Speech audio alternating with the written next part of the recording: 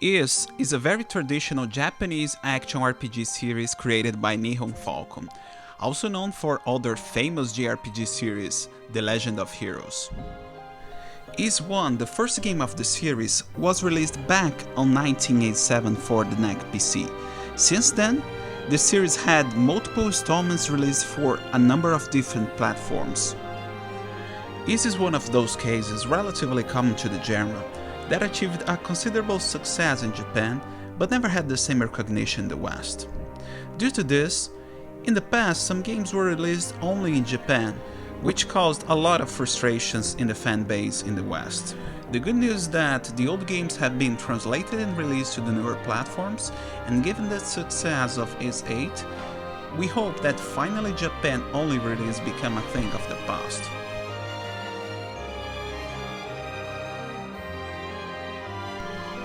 YS8 Lacrimosa of Dana, the newest game of the series, was released back on 2016 for PS Vita and in 2017 reached US and Euro markets and other platforms such as the PS4 and PC.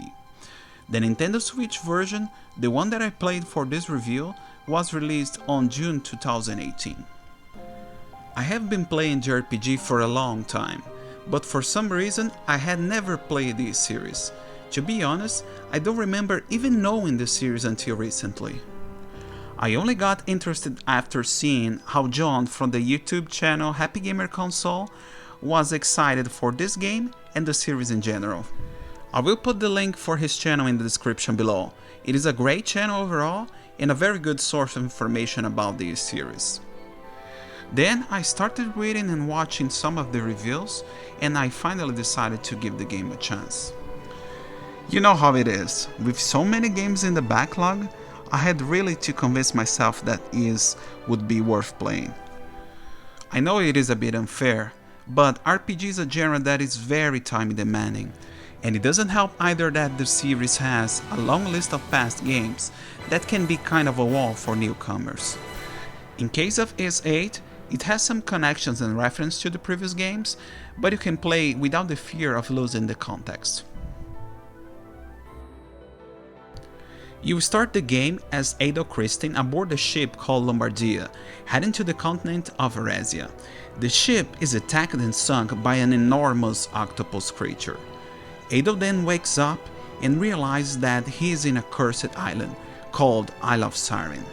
He starts to explore the island searching for other survivors, which the game calls castaways. They are gathered in a kind of village and start a plan to leave the island back to their homes. During the initial part of the game, the story is more concentrated on the search for castaways and the exploration of the island. Soon enough, you realize the island is surrounded by secrets, and the exploration and search for castaways takes a secondary spot, and the story really develops on trying to uncover all the secrets and understand what is happening in the island. I will not go into spoilers in this review, because I really think the story of this game is one of its best points.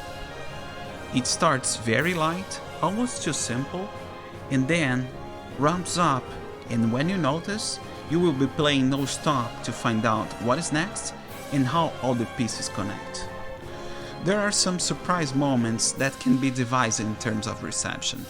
However, I really liked it, and I think it brings back a way of narrative that seems to be forgotten in the current days. Every element presented during the game has a meaning, and the narrative does a great work to build momentum and then deliver the closings needed. The way that the story is told reminds me a lot of Final Fantasy IV, a game that I really love. The game manages to make you care about the characters. I think it's probably because of their strong bond, especially the connection between Ado and Dana.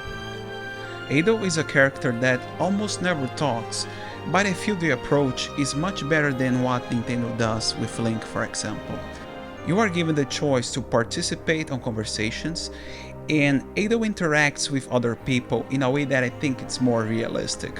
He's not just watching the situation. In the end, I think this approach is more effective to create a connection between the player and the character. And guys, just to make one thing clear, I love the Zelda series, really love it. If I am to criticize something about the story, I would say they could have kept a conclusion a little bit more simple. It seems they tried too hard to provide a complex ending, throwing a lot of information at you, but I feel it would have been better if they kept things simple. Also, the game has 3 endings. I'm okay with multiple endings as long as they represent your choices during the game and have different contexts, but I'm strongly against what was done here, as the shorter endings just cut the context of the story. Even worse considering the fact that to get the full ending, you need to do a lot of boring side quests. The AI of the 2 characters that are controlled by the computer is good, and they really help you during the combats, doing great damage to the enemies and collect items that are left behind.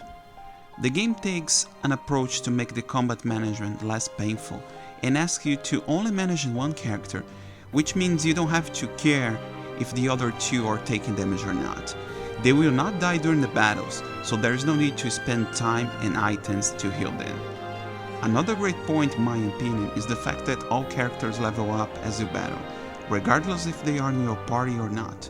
As some enemies have a resistance or weakness to specific weapons, it makes it easier to customize your party depending on which enemies you will face, without the need to grind or to be concerned that some of them are underleveled. I think the idea was to make the battle system fun and enjoyable above all, so the game takes away all the complexity of party management and leaves to the player only the minimum to have fun, and I think in the end it really works. Each character has different set of skills that can vary in power and range. You will gain new skills as the characters level up, and you can also level up skills as you use them. Each character has a unique type of weapon that can be improved during the game.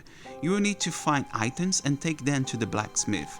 You can also forge different types of armors and accessories.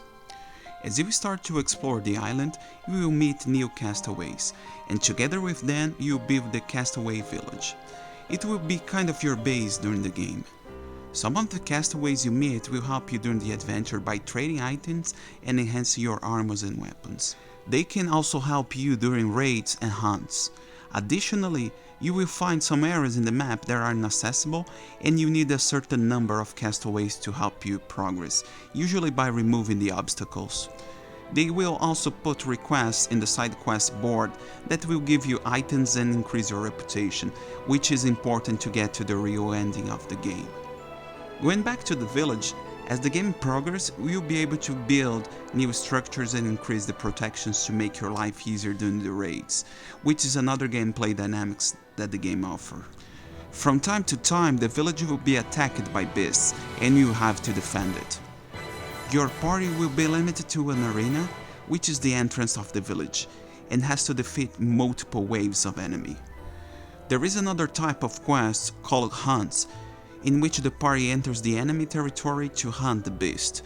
By completing this quest, we will get a rank, and depending on the rank you get different items and reputation points. Some of them are mandatory as part of the story, but you can also go back and play them as side quests. A kind of a cliché in the JRPG genre is the ability to fish, and Is also offers it. You can use the fish to cook, and they are also part of a side quest. You can receive unique items as you fish as well. By this point, I have to stop and mention few critics I have for this game. I think it tries to give you a lot of different mechanics and things to do, and it seems that the creators try to bring to their game a little bit of every JRPG instead of focusing on the core gameplay. It may be a personal thing, but I don't care about fishing, about hunts, the raids, the castaways quest, unless they have a place in the main story. Additionally, as the game has a lot of different mechanics, it throws at you a lot of really boring tutorials for fighting, for cooking, for fishing, for walking, for the raids, for the hunts, etc. I really wish they had focused on the amazing core gameplay and had not spent so much time and effort in the side mechanics. Another criticism I have, and here I have to echo many other reviews, is the map system. It has a lot of layers, and sometimes it can be very confusing to go from point A to point B. Back to the other aspects of this game, It seems that the series is well known for its soundtrack. Although I haven't played the previous games, I can say that YS8 has a great soundtrack, very different from the standard JRPG, as it mixes different styles of music, from classic to heavy metal, and uses a lot of guitar riffs, especially during boss battles. Although in my opinion it is not up there with the very best like Final Fantasy 7, 6 and 8, it does a very good job. As I mentioned in the beginning of this review, I have only played the Switch version, and in terms of graphics, I am limited to comment about this version. The game uses polygonal models and scenarios, and has more of the cartoonish style. Don't go expecting real-life graphics or jaw-dropping models, textures, and shaders. It is a decent game visually, and it serves its purpose, but it's not an aspect where this game really shines. To be honest, this is another proof that the game doesn't need to be visually impressive to be great. Sometimes the producers focus too much on the visual aspect of the game and forget about what really matters. Yes, Final Fantasy 13, I'm looking at you. Especially for this genre, there are so many other things that are more important than the graphics, and I think this game is a proof of that. The only letdowns I have related to it are the minor frame rate issues, and some enemies when looked from a distance seem like animated GIFs and are really out of place with the background scenario. However, I'm not sure if these issues are limited to the Switch version. All in all, I really enjoyed my time with YS8. The game has a very interesting gameplay structure topped with an amazing narrative. Most of the reviews I saw praised the gameplay, but I don't think they do justice to the story. I started playing YS8 thinking I would find a nice action game, but in the end, the story was what really resonated with me more than anything else. I highly recommend this game to any JRPG fan, and now I'm looking forward to play other games from this series.